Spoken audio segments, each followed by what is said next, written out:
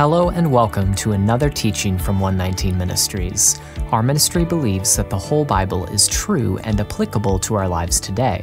If you'd like to learn more about what we believe and teach, please visit us at testeverything.net. We hope you enjoy studying and testing the following teaching.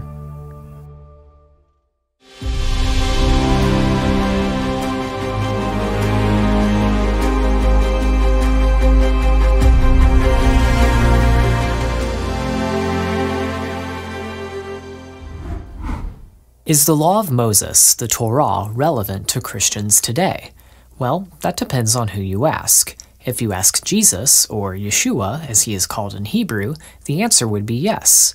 In Matthew 5:17-20, Yeshua said that the whole law of Moses will endure as long as heaven and earth exist, and urged his followers to obey and teach even the least of the commandments. So, according to Yeshua, the Torah remains relevant to Christians today. However, not everyone agrees. Some say that Christians should have nothing to do with the law. For instance, Andrew Farley, a popular Christian author and teacher, writes the following, quote, "It's crucial to realize that the law and Jesus just don't mix." This statement from Farley seems to directly contradict Yeshua's clear statement on the matter in Matthew 5:17-20. How does he come to this radical conclusion? Well, Farley supports his assertion by citing Hebrews 7:12, which speaks about a change in the priesthood and law. Hebrews chapter 7, verse 12, "For when there is a change in the priesthood, there is necessarily a change in the law as well."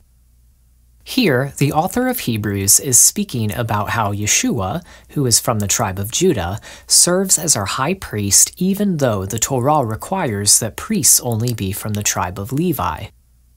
Based on this verse, Farley concludes that the Levitical priesthood, and thus the entire law of Moses, has been overturned. Quote, "Today, Christians regard Jesus Christ as their high priest.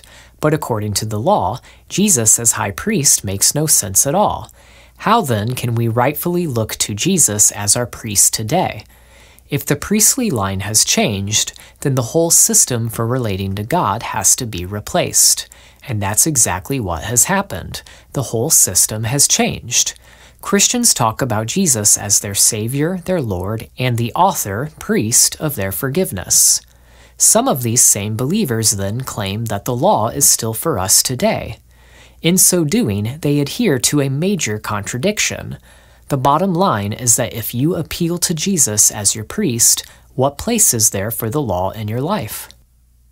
So, according to Farley, Hebrews 7 verse 12 teaches that God got rid of the Levitical priesthood and the Torah. Therefore, as he puts it, the law and Jesus just don't mix. But is that really what the author of Hebrews is saying here? Actually, there are some major problems with this interpretation. Before we unpack the meaning of Hebrews 7 verse 12, we will mention two reasons why Farley's approach to this verse just doesn't work. Problems with the antinomian interpretation of Hebrews 7 verse 12. While the antinomian interpretation of Hebrews 7:12 is popular, a growing number of New Testament scholars are rejecting this approach. They argue that there is no good reason to think that the author of Hebrews rejects the Levitical priesthood and Torah. Not only that, but they also argue that there are good reasons to think that he affirmed both, as New Testament scholar Matthew Thiessen writes.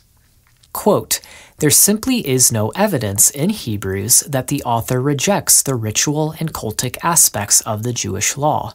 Rather, there is strong evidence that he thinks these aspects of the law remain in effect at the time of his writing." What is the strong evidence showing that the author of Hebrews affirms the priestly and ritual laws in the Torah? One piece of evidence is the fact that he says the Messiah serves as our high priest in heaven. Andrew Farley cited this fact as evidence that the Levitical priesthood is done away with, but ironically, this fact proves the opposite. The author goes to great lengths to explain to his readers how the Messiah can legitimately serve as priest despite not being from the tribe of Levi. Why? because, as the author of Hebrews himself acknowledges, the law of Moses prevents Yeshua from serving as a priest on earth. Hebrews 8 verse 4, "Now if he were on earth, he would not be a priest at all, since there are priests who offer gifts according to the law." So, since Yeshua is from the tribe of Judah, he is not qualified to serve as a priest on earth. That is why the author says that he would not be a priest if he were on earth. The law of Moses has already designated the Levites to serve as priests on earth. So then, how can the author of Hebrews claim that Yeshua serves as our high priest? The author of Hebrews answers this question not by saying that the priestly laws have been done away with. Instead, he explains that the Messiah's priesthood functions in heaven, where his tribal lineage does not restrict him from serving as a priest. Hebrews 9 verse 24, "For Christ has entered not into holy places made with hands, which are copies of the true things, but into heaven itself, now to appear in the presence of God on our behalf." So, Yeshua is a priest in heaven, not on earth. Again, as the author of Hebrews explains, Yeshua cannot be a priest on earth because he is not from the tribe of Levi. This indicates that the author of Hebrews presupposes the Levitical priesthood's validity. He presupposes that the laws regarding genealogical descent for the Levitical priesthood remain in effect. Thiessen puts this point well. Quote, "Jesus is not qualified to be a priest on earth precisely because the law has already established an earthly priesthood and, in stipulating a genealogically determined priesthood, precluded Jesus of the tribe of Judah from ever becoming a priest in the temple in Jerusalem." For the author, the law regarding priestly descent from Levi remains valid and permanently disqualifies Jesus from being a priest on earth. This fact confirms the author's argument that, if Jesus is a high priest, then he must be one in the celestial realm, a realm that does not require priests to be descendants of Levi. The scholar David Moffat echoes this understanding.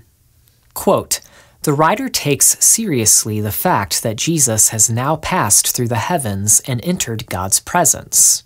This is one of the reasons that Hebrews so consistently locates Jesus' priestly work in the heavens. On earth, the law forbids him from legitimately holding priestly office and thus serving in priestly ministries. Such a claim indicates that the author has not simply dismissed the authority of the law." So, when the author of Hebrews says that Yeshua cannot be a priest on earth, he is affirming the law of Moses, which states that only people from the tribe of Levi can serve as priests. This is one of the problems with the idea that the book of Hebrews advocates for doing away with or replacing the law.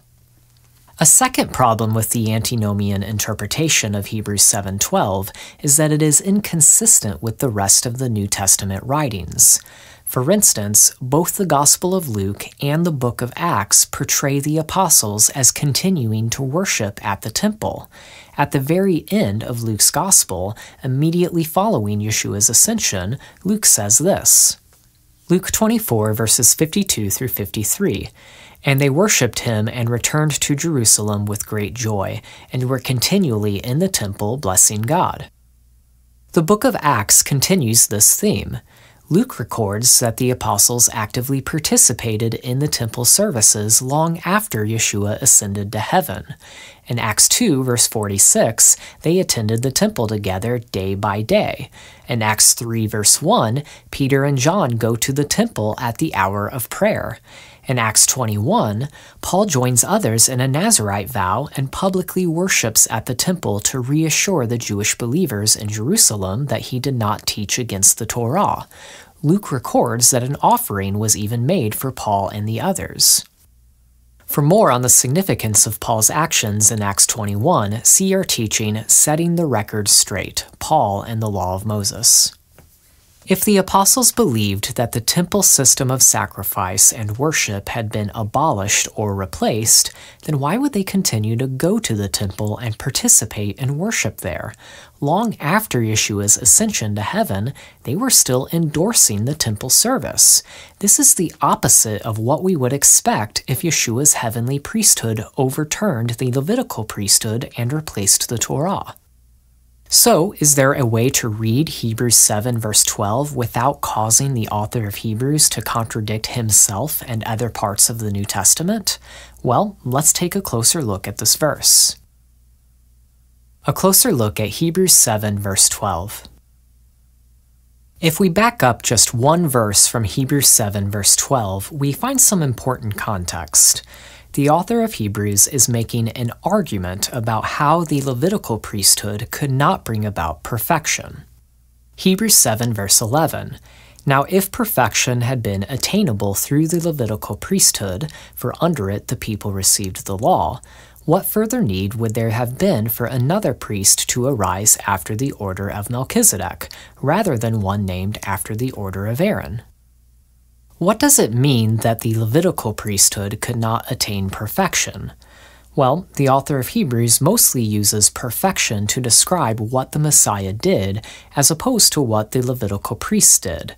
In Hebrews 7 verse 19, the author says that the law, in particular the law as it relates to the Levitical priesthood, made nothing perfect. In Hebrews 9:9, he says that animal sacrifices cannot perfect the conscience of the worshiper.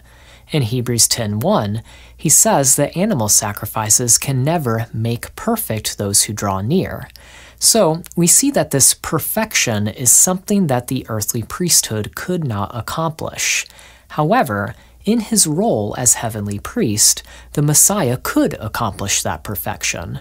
In contrast to the Levitical priesthood, the Messiah was made perfect and became the source of eternal salvation to all who obey him, being designated by God a high priest after the order of Melchizedek.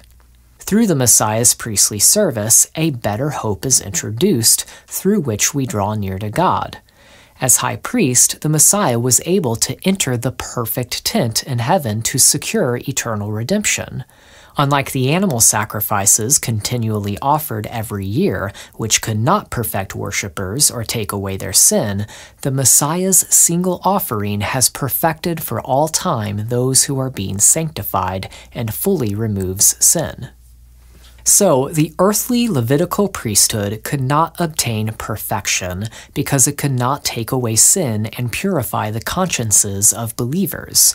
Only the perfect Messiah's heavenly priesthood and sacrifice can attain this perfection. We should note that the Torah's priestly regulations not being able to attain perfection does not mean that they are worthless. As Moffat writes, quote, "The author's comments about the law's limitations with respect to perfection are not a dismissal of the legitimacy and authority of the law within its proper sphere." That is to say, the Levitical priesthood and laws pertaining to the earthly sacrificial system still serve a valid function on earth. They simply were never intended to accomplish the perfection of the Messiah's heavenly priesthood. However, if the laws governing the Levitical priesthood are still in effect, then that does present a question. How can the Messiah be a priest? As we already discussed, since the Messiah is not from the tribe of Levi, the Torah prevents him from being a priest. Hence, according to the author of Hebrews, there was a need for a change in the priesthood, which brings with it a change in the law. But what does that mean? Is the author of Hebrews saying that God abolished the Levitical priesthood and law of Moses to allow the Messiah to serve as a priest?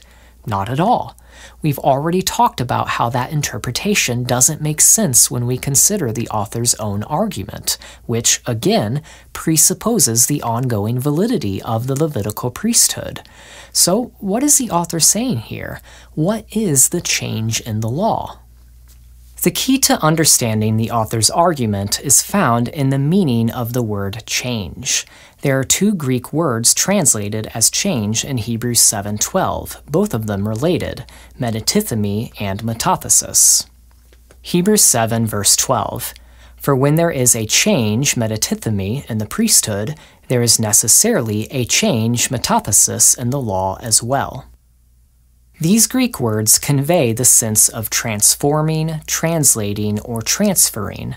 What's most interesting about these words, however, is that the author of Hebrews uses them again a few chapters later to speak about Enoch's ascension to heaven. Hebrews 11 verse 5. By faith Enoch was taken up so that he should not see death, and he was not found because God had taken him.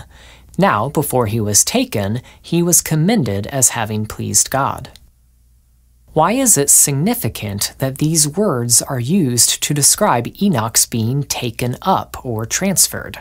Because when he uses these exact words to speak about a change in the priesthood and law, he means them in the same way he speaks about the transferring of Enoch. Since the Messiah belongs to a different priesthood, an ascended heavenly priesthood, we must recognize that there is a different qualification or law for that priesthood. That qualification is an indestructible life, as Thiessen explains. Quote, God translated or transformed Enoch so that he could move from the terrestrial realm to the heavenly realm without experiencing death. It is the same transformation or change that the author envisages with regard to the laws of priesthood. That is to say, the laws of the earthly priesthood do not apply just as they are to the celestial cult. They must be transformed. What qualifies one to be a priest changes when one moves from the terrestrial cult, where mortals become priests through genealogical descent, to the celestial realm, where the mortal simply cannot exist. Rather, in the celestial cult, only the power of an indestructible life qualifies one to serve as priest. So, the change in the law was not a change in the law of Moses. That is, the author is not claiming that the law of Moses' qualifications for Levitical priests have been altered. Those laws still apply on earth. To be a priest on earth, you have to be from the tribe of Levi. And again, according to the author of Hebrews himself, that law still applies on earth, which is why the Messiah cannot be a priest on earth. But to be a priest in heaven requires a different law, a law that applies in heaven. That is what the author means when he says that this heavenly priesthood requires a change in the law. One way to think about this is to consider the different qualifications between a state governor and president of the United States. In order to be a governor of Florida, for instance, a candidate must be a resident of Florida. This means that a resident of Missouri cannot become governor of Florida due to the residency requirement. The law restricts a resident of Missouri from serving as governor of Florida. However, the law does not restrict a resident from Missouri from serving as President of the United States if he gets elected, because there are different qualifications for serving as President. The law is changed depending upon whether we are talking about serving as Governor of Florida or serving as President of the United States. Similarly, the law of Moses restricts non-Levites from serving in the Levitical priesthood. However, the law of Moses does not restrict non-Levites from serving in the heavenly priesthood. Moving from the earthly realm to the heavenly realm entails different qualifications, a change in the law. As Thiessen writes, quote, Hebrews claims that the cultic regulations have changed because there has been a change in location, from terrestrial to celestial. In sum, the author of Hebrews highlights the inability of the Levitical priesthood to achieve perfection. Hence, the Messiah's heavenly priesthood introduces a better hope by providing eternal redemption, completely removing sin, and purifying the consciences of believers, something the Levitical priesthood and sacrifices were not intended to accomplish. The author affirms the validity of the priestly regulations in the Torah for the earthly priesthood, but states that different qualifications are necessary for the heavenly priesthood. This change in the law is like Enoch's transformation from the earthly to the heavenly realm. It is a shift from the earthly to heavenly qualifications for priesthood. This change in the law pertains to the qualifications for the heavenly priesthood. It does not imply that the earthly priesthood has been abolished. A former commandment is set aside. Before we conclude, there is one other passage in Hebrews 7 worth exploring. Hebrews 7 verses 18 through 19. For on the one hand, a former commandment is set aside because of its weakness and uselessness, for the law made nothing perfect. But on the other hand, a better hope is introduced, through which we draw near to God.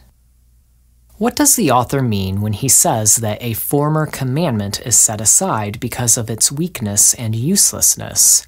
Well, some might take this as saying that the law of Moses is now abolished because it was weak and useless, but that can't be what the author is saying, given everything we've already discussed earlier in this teaching. Remember, the overall context is this contrast between the qualifications for the Levitical priesthood and the Messiah's heavenly priesthood. In light of this context, we can look at just 2 verses earlier to see what the author is saying. He uses the same Greek word translated as commandment to describe the requirement that Levitical priests be from the tribe of Levi. Hebrews 7 verse 16. This becomes even more evident when another priest arises in the likeness of Melchizedek, who has become a priest not on the basis of a legal requirement concerning bodily descent, but by the power of an indestructible life. So, we should understand the former commandment in verse 18 to be a reference to the specific law that restricts the Levitical priesthood to the tribe of Levi, in particular to the sons of Aaron. The scholar Mary Schmidt puts this point well. Quote, the commandment in verse 18 is a physical requirement concerning who could serve as a priest. In the preceding verses, the author argues for the validity of a different priest, one whose lineage traced back to Judah, not Levi. He becomes a priest not on the basis of a law of physical requirement, but according to the power of an indestructible life. Therefore, in verses 18 through 19, the author calls for the setting aside of the weak and ineffective commandment concerning the lineage of priests in order to bring in a better hope.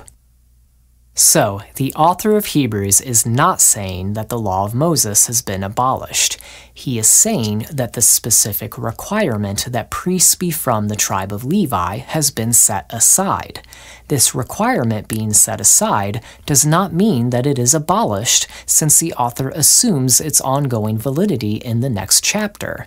This requirement still applies for the Levitical priesthood on earth. So, in what way is this requirement set aside? It is set aside as a requirement for serving in the heavenly priesthood. This goes right back to verse 12. When there is a change in the priesthood, there is necessarily a change in the law as well. The heavenly priesthood has a different requirement for entry, the power of an indestructible life. In what way is the legal requirement for serving in the Levitical priesthood weak and useless? It is weak and useless in regard to attaining perfection, for the law made nothing perfect. As we discussed earlier, the Levitical priesthood cannot fully take away sin and purify the consciences of believers because the priests are sinful, mortal men. In contrast, the Messiah is sinless and immortal, so he is able to, quote, save to the uttermost those who draw near to God through him, since he always lives to make intercession for them. So again, the requirement for serving in the Levitical priesthood is weak and useless only in regard to attaining perfection. But, according to the author, it is still valid. While the Levitical priesthood cannot attain perfection, from the author's perspective, it still serves a legitimate function on earth, namely, designating priests to facilitate worship in the earthly tabernacle or temple. This earthly priestly service functions as a shadow of the heavenly service. As Thiessen writes, quote, the Levitical priesthood and earthly cult are inferior to Christ's priesthood and the celestial cult. But such a hierarchy does not abolish the Levitical priesthood or speak to its obsolescence. To participate in the earthly cult, one needs to have the flesh purified. As long as this cult remains, and as long as both priests and lay people remain mortal, these purifications are neither cancelled nor obsolete.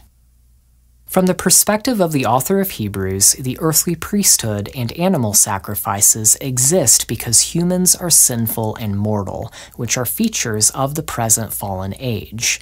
Once the present age comes to an end and we enter the age to come, the Levitical priesthood and sacrificial system will vanish away. However, the present age, symbolized by the tabernacle, is still standing.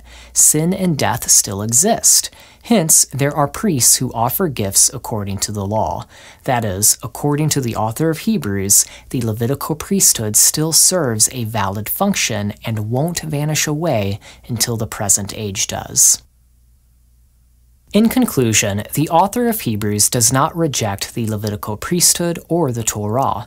In fact, his entire argument for the legitimacy of the Messiah's heavenly priesthood presupposes their validity. He argues that Yeshua, being from the tribe of Judah, cannot serve as a priest on earth due to the Torah's regulations restricting the priesthood to the tribe of Levi. However, Yeshua's priesthood is situated in heaven, where different qualifications apply, specifically the power of an indestructible life. This change in the law pertains to the heavenly realm and does not negate the earthly requirements for Levitical priests. Thus, the Levitical priesthood and the priestly laws remain valid on earth until the end of the present age. We pray you've been blessed by this teaching, and remember, continue to test everything. Shalom.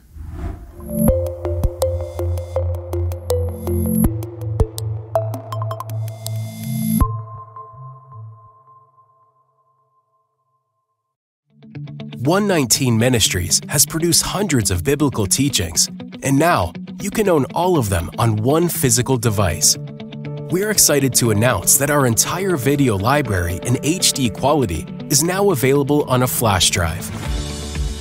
This drive can be plugged into your PC, phone, tablet, or anything else with a USB or USB-C port. The drive also contains written transcripts of our teachings for those who prefer to read rather than watch. Of course, we still offer all of our material for free at testeverything.net. But having a physical copy will allow you to watch our videos anywhere and anytime without the need for an internet connection. Having a physical copy will also ensure that our teachings are available if we are ever removed from video websites, which is a danger that ministries around the world are facing more and more. We want to continue to reach as many people as possible. Now, you might be asking, but what about all the new teachings released every week? Well, in addition to receiving all our past teachings, your purchase comes with free updates for life. Each flash drive comes with instructions that will allow you to easily download and store new teachings as they are released. Or mail us in the flash drive once a year, and we will update it for you and send it back at no charge to you. We hope you are blessed by this new resource. And as always, any proceeds our ministry receives goes right back into producing more teachings. Get your 119 flash drive today by going to 119flashDrive.com.